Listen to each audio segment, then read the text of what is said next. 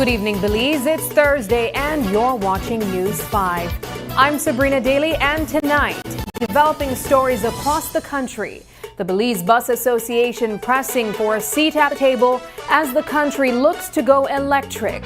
Operators say they're being left behind, but the government insists the pilot phase has already run its course. A devastating crash in Corozal still sending shockwaves through Belize's football community. Former national player and coach Miriam Villamil now facing life-altering injuries after a tragic collision involving a busload of young athletes. A major financial red flag at the Ministry of Immigration. $160,000 unaccounted for. An internal investigation launched and police now called in. Tensions rising between church and state over public health. Minister Kevin Bernard urging the Catholic Church to reconsider its stance on the HPV vaccine, calling it a matter of protection, not perception. And a deportation with an unexpected twist. A Belizean national choosing not to come home, instead opting for relocation to St. Kitts and Nevis under a rare third country arrangement. These stories and more straight ahead. News 5 starts now.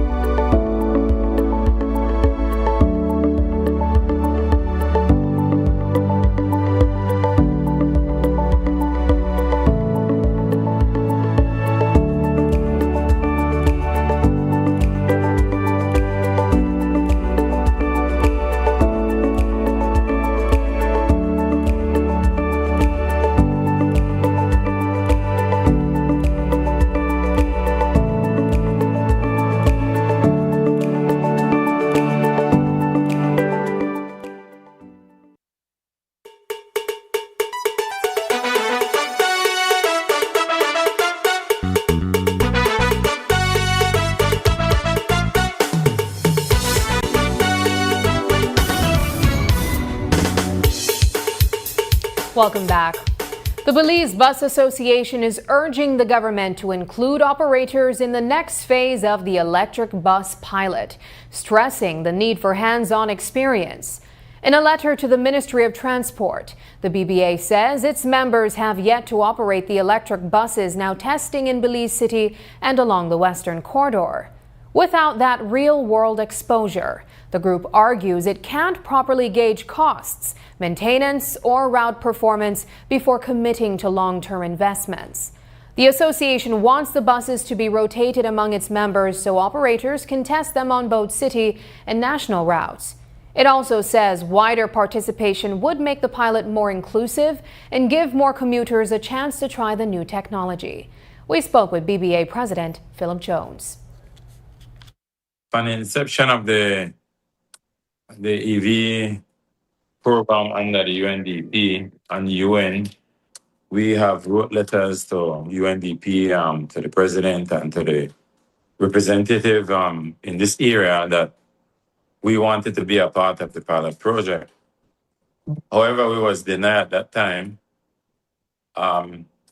Hence the reason now we find it prudent that we revisit that, because if you're saying that you want the entire country to have the knowledge or use the service or go green, in order for that to be the case, you need to have everyone involved, and we are a major stakeholder in the bus industry. We at the BBA, we have over 50 members, being highway and the village. And we also have tour operators that operate tour buses. We also have school operators. So we feel at the BBA and majority of the members, they want to have hands-on experience, and we just can't be going based on the analysis given second hand. We want first-hand experience. The government is signaling a shift in direction as Belize's electric bus pilot winds down. Transport Minister Dr. Louis Zabane says the trial phase is now over, meaning there are no more project buses available to share with local operators. But he insists the door isn't closed. Instead, Zabane is pointing bus operators toward a more permanent route in the electric future. He says BBA members can get on board by joining the national bus company or by forming their own company and investing directly in electric buses. I'm pleased to share with you that the last operator from the south that did not join has already joined, and 2 operators from the north have now applied to join the national bus company. So that's clearly, in my humble opinion, the preferred path, because now you have a public-private partnership that comprises government, that reflects the policy of the government that they can benefit from. Or they can continue being independent operators, and hopefully we can continue to work together and share whatever knowledge we have with them. The NBC is a private company, so whatever e-buses it buys, it is for the use and service to the commuters who use the NBC services. They would have to, as independent operator, probably organize and form a company and then procure their e-buses. And of course, the government now, the ministry, we are very pleased to share with them what we've learned in setting up the national bus company. And we've told them that already. Minister Zabane says the advantages of joining the national bus company are starting to resonate with BBA members, as 3 more operators have now switched over. Belize's football family is rallying after a devastating crash in Corozal left coach and former national player Miriam Villamil with life-changing injuries. Doctors amputated one of her legs after the coaster she was in, carrying young footballers, slammed into the back of an unlit cane truck. The tragedy has shaken the sporting community and cuts even deeper with a painful echo from the past. Years ago, Villamil's father died in a nearly identical crash. Now, beyond her fight to recover, attention is also turning to the young players who witnessed the horror firsthand. Emotionally, it's taking a toll, but I have to add that what adds to the emotional aspect of it is because a few years ago, Miriam's father died in the same manner. The bus he was riding in crashed into the back of a cane truck, and the canes penetrated his body and his skull, and he died instantly. And so it's like deja vu all over again. Miriam was, as you know, stuck in the vehicle for a long time. One of her legs was so badly damaged that there was no way they could save it. She almost lost her other leg, but thankfully the doctors at KHMH did a good job in salvaging it. Can you tell us how this incident has affected the students who were on the bus? Well, as you can imagine, they were having a good time. They just had a good practice session. They're happy that they were chosen for this program, for this project. They were all in high spirits, and then in a split second, their lives changed. Especially and then watching her coach in that situation, in that position. One negligent act changed Miriam's life forever, which could have been avoided. And so this will take a toll emotionally, mentally on the players. Quillen is calling on the authorities to do something about cane trucks parked on the side of the roads at night. On Umberger's Key, the cost of getting around is fast becoming a daily struggle. As fuel prices climb, San Pedro residents say their budgets are buckling under the pressure. With golf carts as the main form of transport, even short trips are cutting deep into weekly earnings. Some workers earning just $200 to $300 a week say fuel alone is eating up a big chunk of their income. Now frustration is growing. Islanders are calling on the government to step in and tackle the lack of affordable transportation options, warning that without relief, getting from point A to point B could soon be out of reach for many. If you consider it as something that you will be entertaining yourself, that's one thing. That's an option. But when it's your livelihood, when it's your transportation to work and everything, you have to consider it. Do I keep using my golf cart? Do I need to change from golf cart to something? Because the average person, some of them are earning from $250 to $300. You take away rent. You take away the expenses on gas. And then you take away the expense of food. Some people are barely even making it through the week. The gas price is very, very high. Are there any transportations on the island beside golf carts and cars and taxis? Are there any, systems that are cheaper? Well, recently they added a Busito service. To say that it is working the way we need it, I don't think so. There's still a gap in the expense. We've been having issue also with the gas been coming to the country, average gas. We've been getting average gas that keep we in we have to spend money on maintenance every week on each golf cart. We've been getting high cost gas. The gas high cost up to $14.29 at the gallon. Some residents are now in the process of organizing a peaceful protest next week in order to voice their complaints about the rising cost of living and fuel on the island. Up next, immigration officials say they've cleared the air after that western border stickout. The probe finds no organized action, but questions still linger.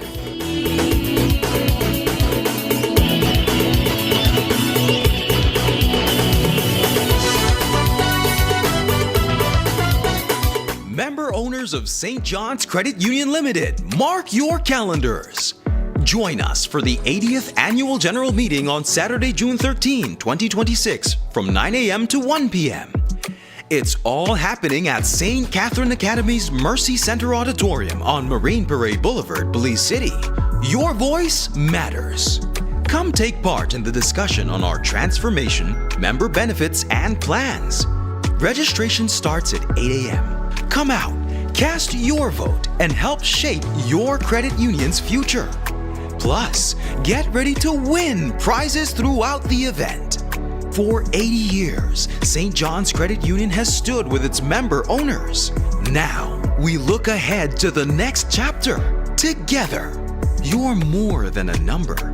You're a member owner. St. John's Credit Union Limited. Safe saving, smart borrowing. This Mother's May, celebrate the woman who makes the house feel like home all month long. Great deals like 15% off bathroom and kitchen fixtures from Moen, Hansgrohe, and Duraflow. Plus 15% off Hispasensa tiles, Stormguard windows, and 40% off Sunlight windows. And 15% off Berger paints and huge savings on clearance colors. So come in to Habet and Abet or Brothers Abet, call us or WhatsApp us today and make this Mother's May one to remember. Happy Mother's Day to all marvelous moms. Stay connected in the USA for as low as $10. With Smart Roaming Data Pass, staying connected is simple and affordable. Get the data you need starting at 1,000 megabytes to stay connected to larger plans that keep you online while you travel across the USA. So you can message, browse, video call, and navigate wherever you go. No SIM swap, no bill shock. Just simple, affordable pricing. Activate easily by dialing *100# using the Smart app or online. Smart Roaming Data Pass. Staying connected the smart way.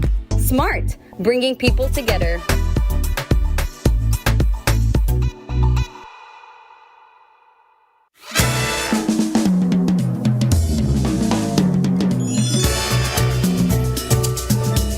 Nestled away in the quaint Belize River Valley, Black Orchid's Panda River restaurant offers a variety of great dining areas and experiences with an excellent variety of local and international cuisine, with healthy meal options for vegans and those with health concerns. Your delectable dining can be topped off with our excellent desserts, natural fruit juices, and exquisite wine and drink options. All prepared by our certified chefs and award-winning mixologists. Come to Panda River Restaurant and River Rum Bar to relax in the pool or use our excellent conference facilities combined with great dining. A diamond in the jungle.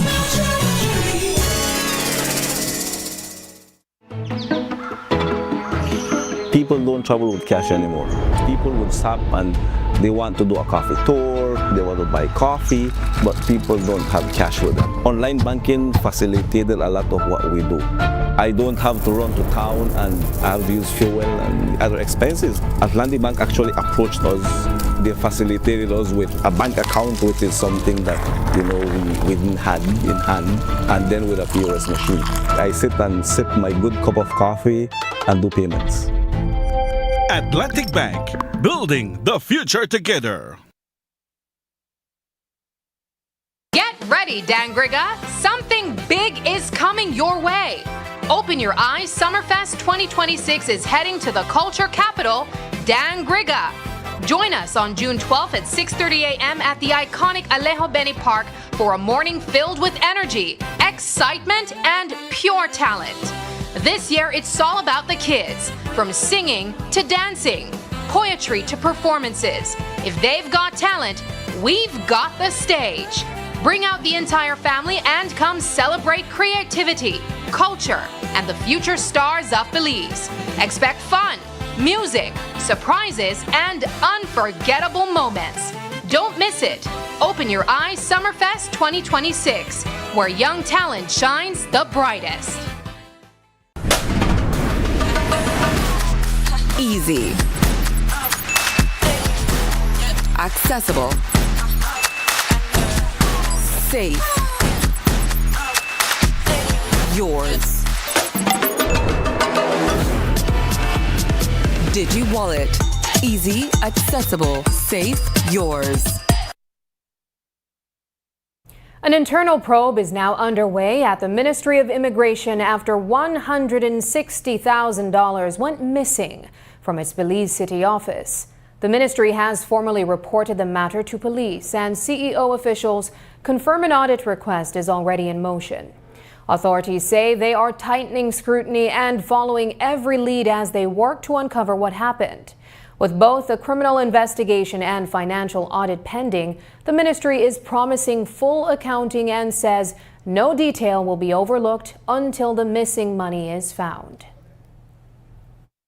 Cabinet has been updated on the matter, and the preliminary report was completed last week. This week we actually have filed a police report, and we have also officially requested an audit from the audit department of the situation in Belize City. What we encountered were several instances that can be identified as criminal activity.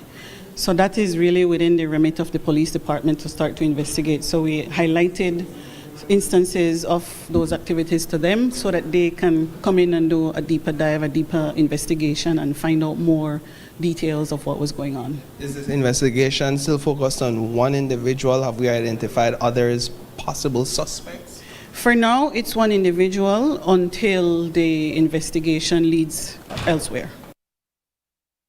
The ministry has also filed a police report on 2 missing nationality certificates. The Ministry of Immigration has made significant progress in addressing concerns that arose from a sick-out several weeks ago at the western border. CEO Tania Santos revealed that an internal investigation found no evidence of a coordinated sick-out. However, she says the timing of the employee's sickness and return to office remain questionable. Furthermore, that investigation also revealed instances of alleged corruption at the western border. We have addressed that. We have completed our investigation. There was, as we expected, no evidence of a coordinated stick-out. We did find, through the investigation, several areas of complaints and dissatisfaction by the staff, and we highlighted to them what those were in letters, and also to some of them who wrote through their attorneys, and advising them what is the process when they have these grievances. And there are also reports during that investigation of some level of corruption happening there at the western border overall. Yeah. So what are some of those, and are those being investigated? Yes, we are always busy at the Immigration Department working on situations like that as they reveal themselves. As was mentioned by one of the union members at that time, it is not my purview as the CEO or any administrator to tell a member of staff that you're not sick, especially if you get what appears to be a legitimate doctor's paper. However, the timing, the other circumstances that we're aware of, and the the timing of their sickness, all of them, the timing of their return to office, the end of their sickness period, and the other circumstances surrounding their complaints and their grievances, are still questionable. In response, the Ministry of Immigration has set up an internal grievance committee made up of senior staff, external administrators, a retired public officer, legal counsel, and the CEO. Belize is taking a hard look at how its workforce has changed and rewriting the rules to keep up. The Ministry of Labor has launched a major review of the country's decades-old Labor Act, saying it no longer reflects today's reality. From the surge in call centers to the rise of remote jobs and tech-driven work, officials say the law needs to catch up with how Belizeans actually earn a living. CEO Tania Santos says the effort is about closing gaps and bringing the law into the modern era. The ministry is now consulting with key players across the workforce to shape reforms that better protect workers and support a changing economy. Like you say, it's been decades as our standing legislation, and it actually does not reflect in many areas our realities of labor today. There are many new emerging industries, there are many issues or many new ways in which people work. For instance, working from home in technology or in the call center business and many others. And so we need legislation that is reflective of the realities of the labor force today and the demands of labor today as well. So it's always a perfect time to update your legislation. Without getting into any of the details, it's all the areas of new markets, new shortages, labor shortages, migration. How do we integrate that into the labor force more fully? It's not really representative. It's also looking at where we can get skilled labor. How do we get our people trained to meet the demands of the industries that are requiring more skilled labor? The consultations brought in labor unions and key stakeholders from across sectors, including tourism and the Belize Chamber of Commerce. A key piece of legislation aimed at protecting workers is hitting another delay tonight. The Occupational Safety and Health Bill, meant to tackle long-standing concerns about workplace safety, could take weeks before it even returns to the National Assembly. Senators have already submitted their recommendations, but CEO Tania Santos says the review process is far from over. With more fine-tuning ahead, the wait continues for a bill many say is long overdue. I think that's a question for the Senate, but I would imagine that it's taking a deeper dive. They're taking a deeper dive on the bill itself, although there were consultations in the past. It's at a point now where they feel that they need to take a closer look, and as such they have sent us some significant recommendations for changes. Some are policy level that we are discussing with the minister, and others are technical that we can adjust with the Attorney General's ministry. My understanding is that the major hurdle that needs to be crossed is in relation to protection for domestic workers and actually getting inspections done whenever a complaint is filed. And perhaps it's not so much a consideration of the individual and the domestic worker per se, but the workplace. So maybe in that line we can, or that light we can look at it and try to come up with a favorable position for all parties. So then how would there be redress if it is that you cannot confirm the facts, some of the facts perhaps of a case, by actually going to take a look at the surroundings? Well, like I said, it's not off the table. It's all being looked at, but even currently there exists options for redress for domestic workers. There's a labor department. You know, you can always go and lodge a complaint there. There's a labor complaints tribunal. All of this is in place already. So any other measure would be additional if it comes to that. CEO Santos says the ministry will respond to the Senate submission within a month. Still ahead, after months of silence, that controversial Saudi-backed university hospital project is back in motion. Now, government says the bidding has begun, but will it finally become reality? But first, here's the weather forecast from the National Met Service.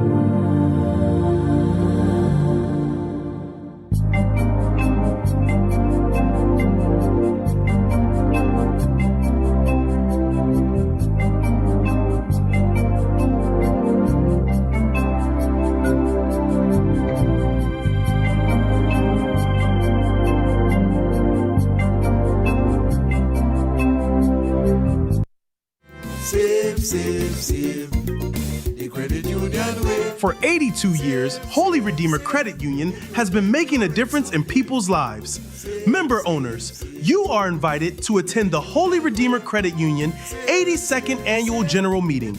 Join us on Saturday, May 30th at 2 p.m. sharp at the Belize Civic Center. Be present for your business meeting and hear important reports about the continued growth and strength of your credit union. Holy Redeemer Credit Union proudly boasts over 67,000 member owners, $876.1 million in total assets, $729.5 million in total savings, $146.6 million in total equity, and $31.7 million in total surplus. And this year, an impressive $26.7 million will be returned to member owners through dividends and rebates. Remember, to enter the venue, you must present your HRCU passbook and a valid ID. See you at the 82nd AGM of HRCU, Saturday, May 30th, 2 p.m. sharp at the Civic Center. Holy Redeemer Credit Union, making a difference in people's lives. Save, it will make you rich someday. At Cellular World, we believe technology shouldn't just be functional. It should make your home uniquely yours. Design your smart home with the full range of Samsung appliances and TVs. Equip your kitchen with smart and stylish fridges, advanced microwaves, and whisper quiet dishwashers, bringing smart living to the heart of your home. Make daily tasks simple with efficient smart washers, powerful dryers, or an all-in-one laundry hub that adapts to your lifestyle. Experience true to life colors and spot on sound with the Samsung Q LED Smart TV. Connect all your spaces instantly with the Smart Thing app for seamless control wherever you go. Get all your Samsung products today with the peace of mind that only the 1-year warranty from the authorized distributor can give you. So stop by your favorite location and start designing your smart home today. Only at Cellular World. Kayo, we have exciting news for you. RFNG Life Insurance is now officially in your town. Now, you can visit our office to pay your life insurance premiums or speak to our dedicated agent, Mayeli, about securing your future with the right coverage. Hi, my name is Mayeli Hoy, your designated agent here at RFNG Life in the Kayo District. I'm here to help you explore your options, answer your questions, and find the perfect policy for you and your loved ones. Whether you're looking for life insurance, critical illness coverage, or future saving plans, we've got you covered. Take the first step towards securing a stable and prosperous financial future for you and your family. RFNG Life Insurance, now in Kayo. Visit us today or call to schedule an appointment. Your future starts here.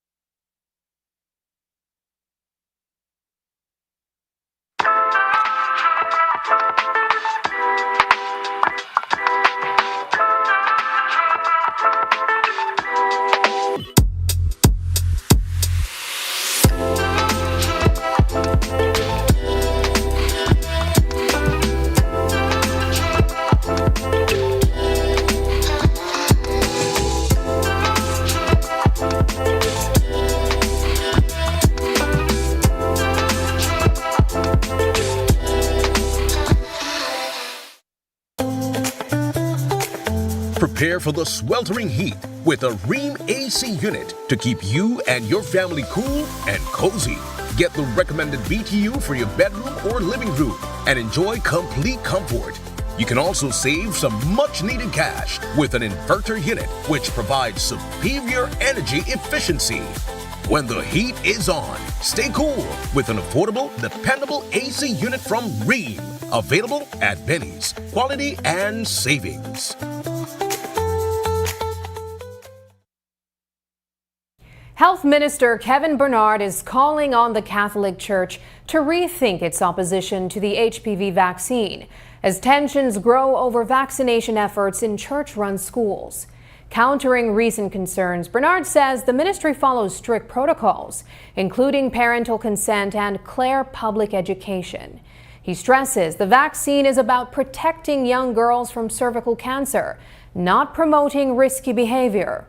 The minister also points to a long-standing partnership between health teams and Catholic schools, urging church leaders, including Father Jordan, to continue working with the ministry in the interest of public health.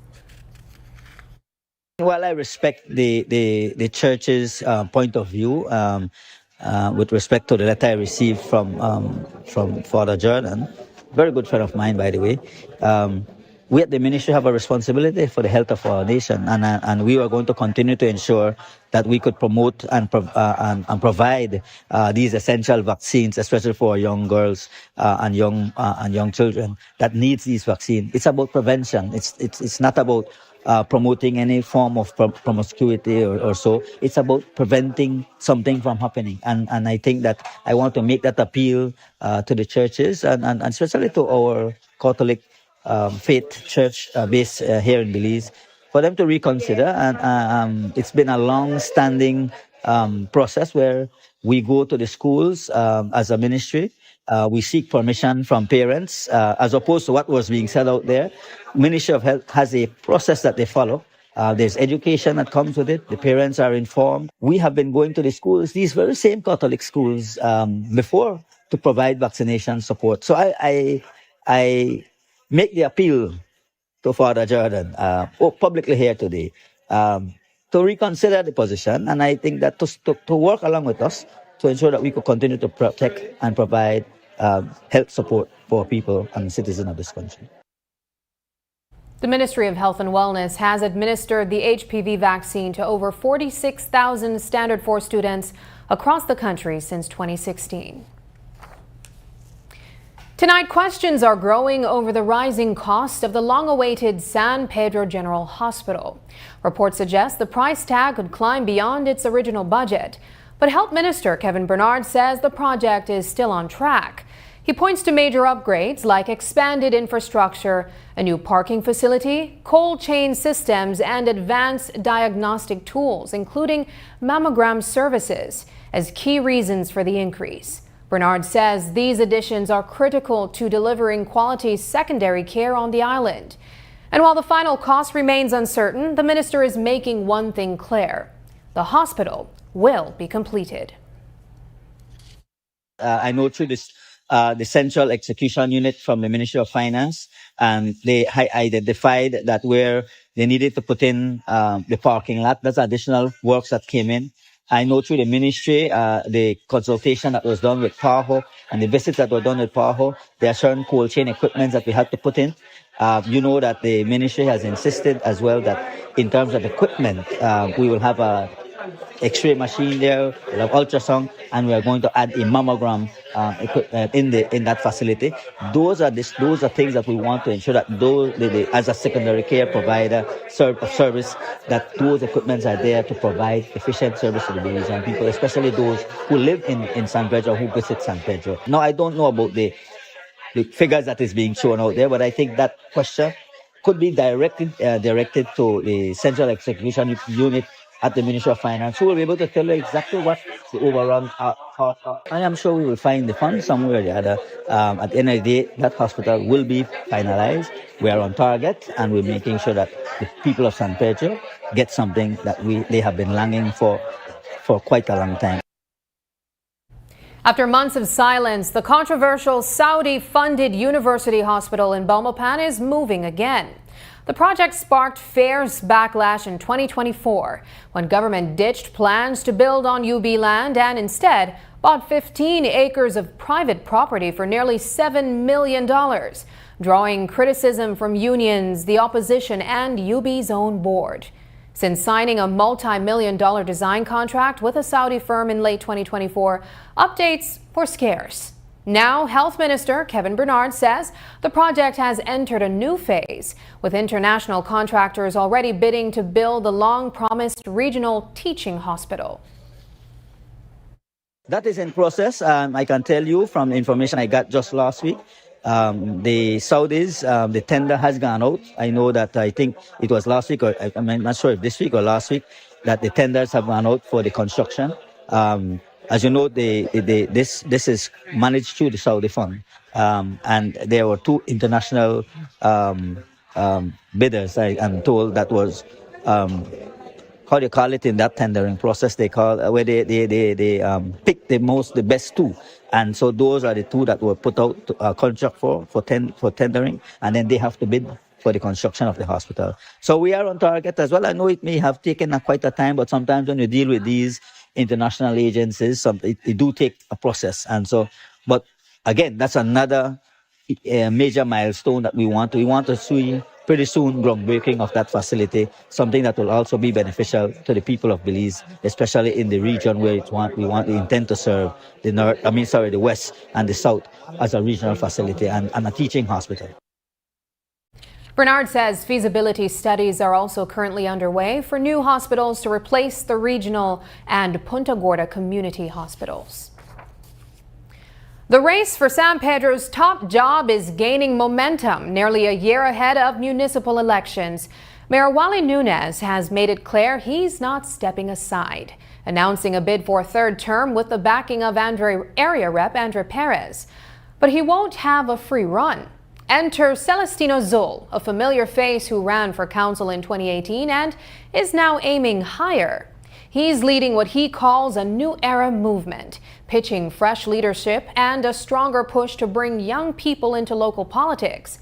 With early lines now drawn, San Pedro is shaping up to be one of the most closely watched political battlegrounds heading into 2027. Municipal elections. Who are we going to see for San Pedro? Will there be a challenge? As far as the opposition challenging, I expect them to challenge. But no, we're having a team here, and again, it's open for people to bid their applications. But of course, the mayor has raised intent to run a third term, and I'm supporting him. Yes, I am supporting him. Yes, yes. So everybody is free to apply. That's it. So I'm not saying you can't apply. That's important. I've always wanted to serve. This is my opportunity, probably because God wanted it this way. I am pulling my slate and I'm trying to get people with me that will not bow to what I say, but rather challenge me if I'm wrong, just like I'll challenge them if they are wrong. I love what I do. And to see my people in the situation that they are, that's not what I want for them. They deserve better, and I know that we could do better. There's so many things in place that can help my people to get out from where they are. Just don't come and put one small little project, make them happy for a little while, and then you keep serving your own purpose in office. Because you are only spoon feeding my people, you are not giving them what they truly deserve. What I am coming to do is exactly that, because I'm choosing my candidates based on the projects and the necessities that we need. When we get in office, then we're going to go and take on the bigger fights. The United Democratic Party is yet to announce its candidate for San Pedro. Coming up, the government's transfer freeze hits a wall. Immigration warns the one-size-fits-all policy is slowing them down when critical jobs need filling fast.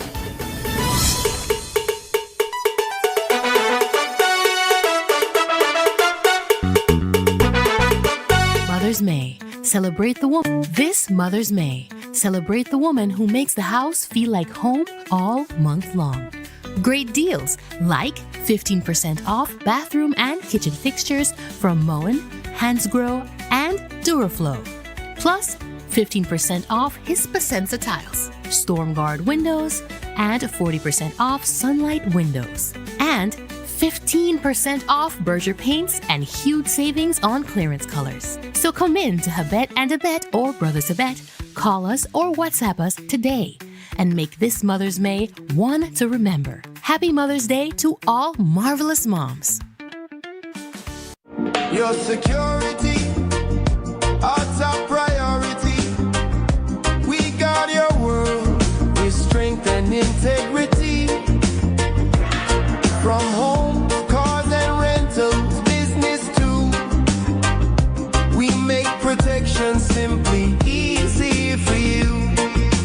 BB Insurance, trusted and true. Clear policies assured. Fast claims too. No appointment needed. Just swing by. Locations countrywide. BB Insurance, your security, our priority. Electricity is essential for everyday life, but behind every outlet, a lot is happening to bring you safe, reliable, and sustainable energy. Let's start at the beginning. Independent power producers across Belize generate electricity using a mix of renewable and non-renewable resources. Electricity travels across a network of high-voltage transmission lines capable of transmitting electricity across long distances. Electricity then reaches your nearest substation, where it is adjusted to a lower voltage, making it safe to travel on the distribution lines you see in your community. From there, electricity makes its final journey from the distribution lines to your home, providing you with safe and reliable power when you need it. Belize Electricity Limited. We continue to serve you. Belize wakes up connected to opportunity. And across our country, the work to keep Belize connected continues. SMART continues expanding our network across the country, bringing stronger coverage to more communities. With recent service enhancements in areas at Blue Creek and Progreso, Belize City, Orange Rock, and more on the way.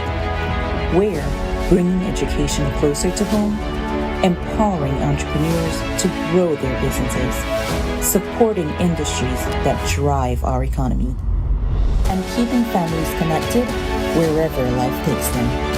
With every expansion, we are investing in the infrastructure that moves Belize forward. Because connection isn't just about signal, it's about opportunity, progress, and the future we are building together. SMART, bringing people together.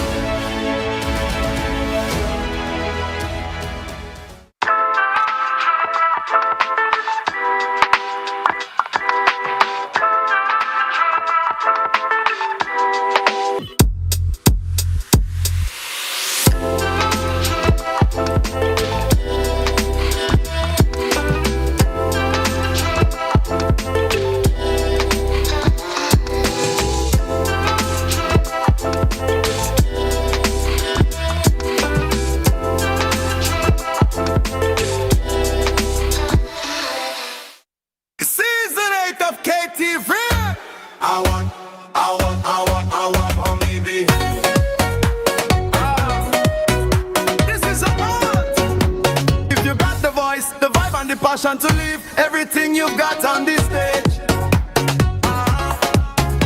Mark your calendar and get camera ready. Auditions are June 6 and 7 from 9 a.m. to 3 p.m. At a Greater Belize, Leisure Studios and Tony Drive, Belize City. Hey, selected contestants will enter the KTV Season 8 competition, and the lucky winner will go home with a 10,000 grand prize. This is your moment.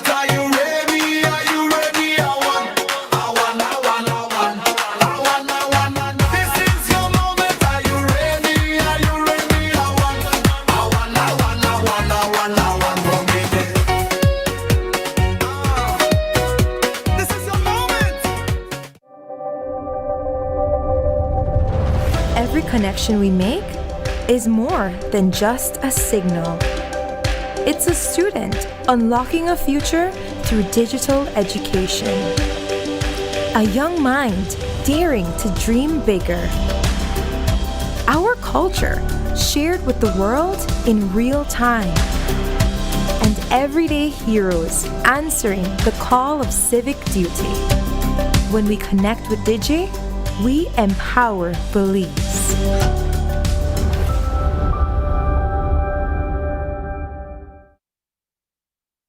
A government-wide freeze on public officers' transfers is running into real-world resistance. Back in April, the Ministry of Public Service hit pause on all transfers. But now, another ministry says that blanket approach isn't working. Immigration CEO Tania Santos argues the moratorium is tying their hands, especially when staffing gaps and leadership vacancies need urgent attention. She says even critical requests to move personnel, some to fill senior management roles, have been shot down. The result? A policy meant to streamline operations may now be creating new bottlenecks inside government. Recall that before that memo came out, we at the Immigration Ministry had already sent out intent to transfer, meaning we have to do that by public service regulations no later than the end of March.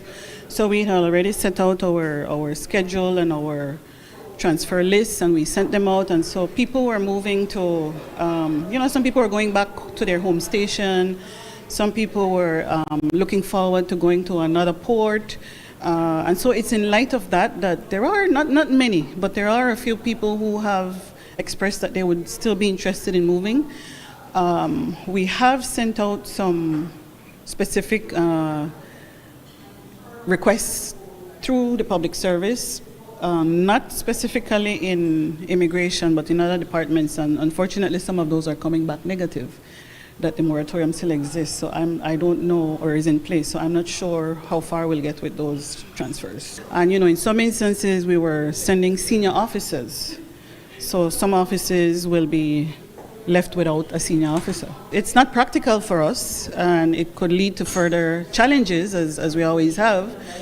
But in light of the decisions, we can only try to negotiate again and try to convince some more that we need some of these people in these places, and it's not a lot. So I have received from immigration specifically about 4, maybe, if that much, and some of them we need. Some areas we have shortage. We have shortage of human resources, and so that was the idea to strengthen. Like for instance, in our visa process, that's an area that we get a lot of complaints, and we know that we need more human resources to keep up with the demand. CEO Santos says the ministry will be making further requests for transfers to address the labor shortages in specific departments. A Belizean deportee has taken an unusual route, choosing not to return home. Instead of coming back to Belize, the U.S. deportee opted to be sent to St. Kitts and Nevis under a safe third country arrangement. The decision highlights a little-known option available in some deportation cases. Immigration CEO Tania Santos says details are limited, but made it clear the government has no authority to intervene once a Belizean chooses deportation to another country. An unusual situation now puts the spotlight on deportation choices and Belize's influence when nationals are removed to third countries. One of the conditions of a safe third country agreement is that you can choose which country you want to go to. And my understanding is that this person chose not to come to Belize. The reason, for whatever reason, I don't know. And in that case, how do you approach it? Do you reach out to the person or just leave it as Yeah, well, through the Ministry of Foreign Affairs, I'm sure they will make sure that this person is safe and protected in that country. But if he doesn't want to come home, we can't force him. He's free. He's going to be living in St. Kitts, and I suspect that they have their own arrangements with the Americans for support for these people who go to as safe third country refugees. This is the first reported case of a Belizean being deported to a safe third country. Hurricane season is almost here, but don't let a quiet forecast fool you. Belize officially enters the 2026 Atlantic hurricane season on June 1st. And while forecasters are predicting slightly below normal activity, the threat is far from over. Up to 14 named storms could still form, with several expected to strengthen into hurricanes and possibly major ones. Experts say El Nino may help keep storm numbers down, but warmer waters could quickly change the game. And officials are stressing one key point. It only takes one storm to make a serious impact. The National Met Service says it's watching closely and coordinating with NEMO, but the real call tonight is to the public. Update your plans, stay alert, and be ready for whatever this season brings. After the break, coastal communities push back against dredging plans. Now Cabinet steps in, hitting pause while government rethinks the way forward.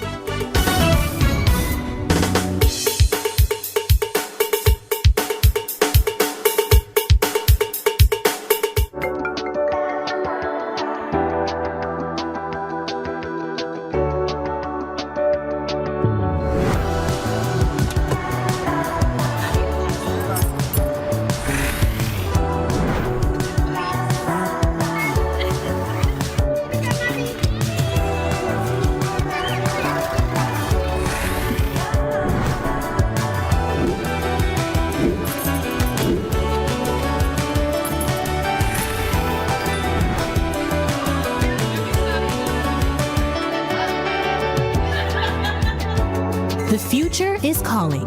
Belize Bank. Your future, our commitment.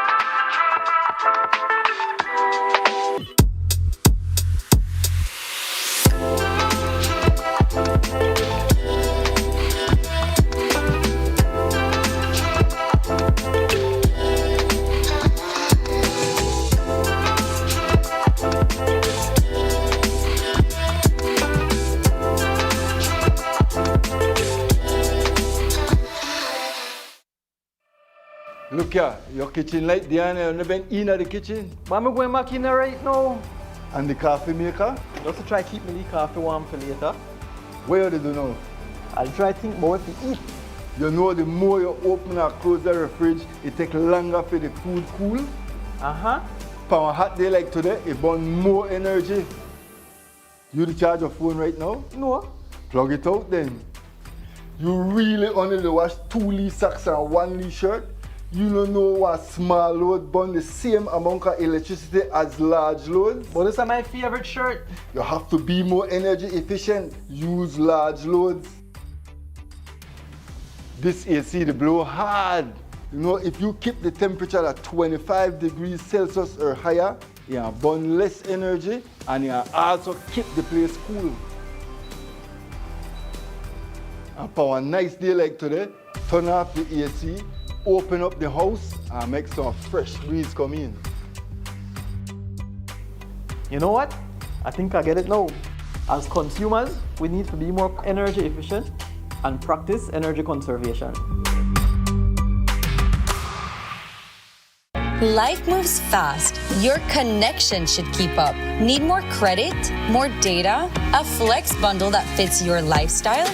With Smart Prepaid, they're a prepaid option for every lifestyle and budget, making it easy to stay connected wherever you are. Because with Smart Prepaid, you can connect on your terms. Purchase credit, data, flex bundles, prepaid plans, and all your favorite prepaid services at any Smart agent, Smart showroom, or simply dial *100# key. No stress, no waiting. Just fast, easy, convenient ways to stay connected every day. Smart Prepaid. Connect on your terms. This summer, the nation's top young athletes come together for Super Nationals 2026. From June 22nd to June 23rd, Primary School Super Nationals. And from June 29th to July 3rd, High School Super Nationals. 6 districts, 4 sports, 1 stage. Football, basketball, volleyball, kids athletics, and athletics. Belize's future champions competing for pride, glory, and a chance to be seen.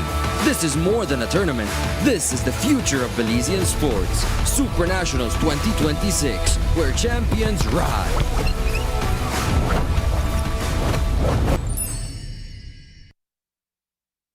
Community health workers are the backbone of care in Belize's most remote villages, making home visits, tracking children's health, supporting patients, and even translating during clinics. Today, the Ministry of Health and Wellness launched its National Community Health Strategy to strengthen that frontline force through training, capacity building, and digital tools. Community health worker Vanicia Cho shared the daily realities on the ground, while Health Minister Kevin Bernard says the plan will better equip workers to serve their communities. I would have scheduled home visits for the day for do blood pressure, glucose check, weight and height for babies.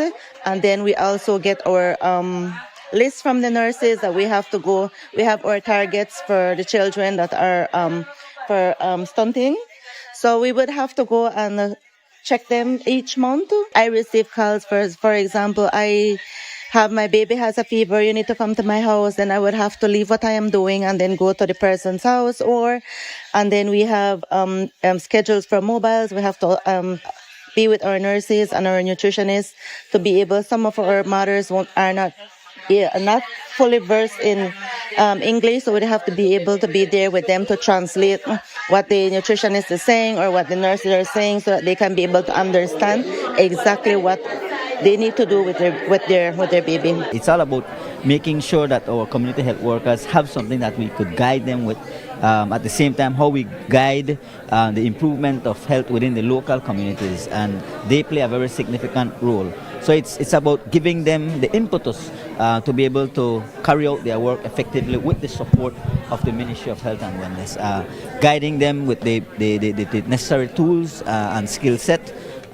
There's going to be a lot of capacity building, training. I mean, as highlighted in the presentation, we're trying to ensure that we bring some digital health transformation activities within the strategy as well. It is another way for community health workers to be able to say, okay, they're looking after us, they're prioritizing community health workers.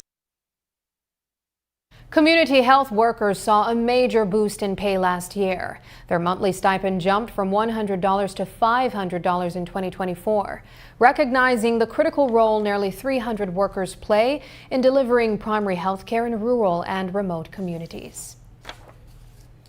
Across Belize, residents and environmental groups are opposing dredging that threatens coastal communities. The Ambergris North Alliance is the latest to demand a halt, calling for tougher enforcement in sensitive areas. Now the government is responding. Blue Economy Minister Andrew Perez confirms cabinet has agreed to temporarily pause dredging and beach reclamation projects while a comprehensive plan is developed. Perez says the move aims to tighten oversight, improve accountability, and protect Belize's coastline. In cabinet, we're saying that, listen, I voiced my concern, and the Prime Minister has heard and everything, that we have to put a stop to this. We want to halt it for the meantime, because there are several things we need to do. One of the things that we discussed yesterday is that all relevant departments must come together. And I think that is what we're planning very soon, is to meet all the relevant departments as it relates to dredging, as it relates to the beach claiming. People are claiming their own areas, closing off the docks for people. So we are doing a comprehensive plan right now that is going to involve San Pedro and Key Carker, and by extension the coast of like Placencia, Hopkins and St. Bites.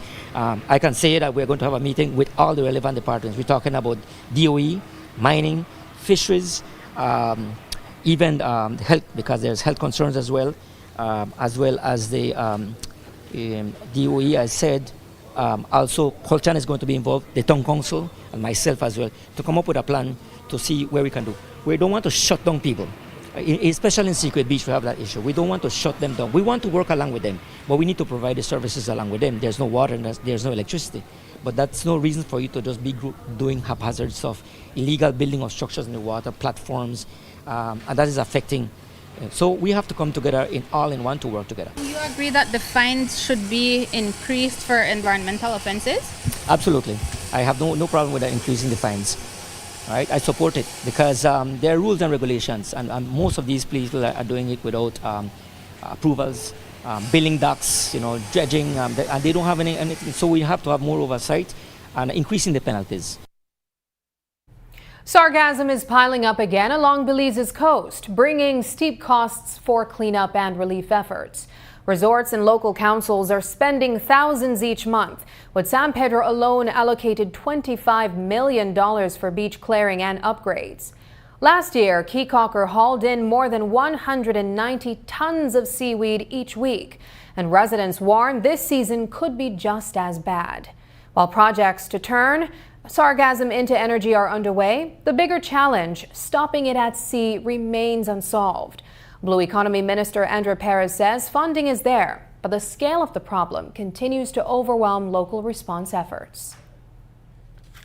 There's many different ways where we can get the funding, right? So we can't quantify it because we can't say there's so much money available. For example, from BTB, they are committed, and back again to where they have to allocate the funds when it comes to that issue of building the Sacachispas structure. It's not that the funding is there, but funding has to be diverted. For example, the council and the village council, they're able to access on a monthly basis $10,000 on BTB. But you have to do your work, present your papers, but they give you that money. And it's being allocated for Hopkins, for Key Carker, for St. Bites, Placencia, and the village council are able to access this funding. It's there. So that is part of helping out. So we can't say there's so much money allocated.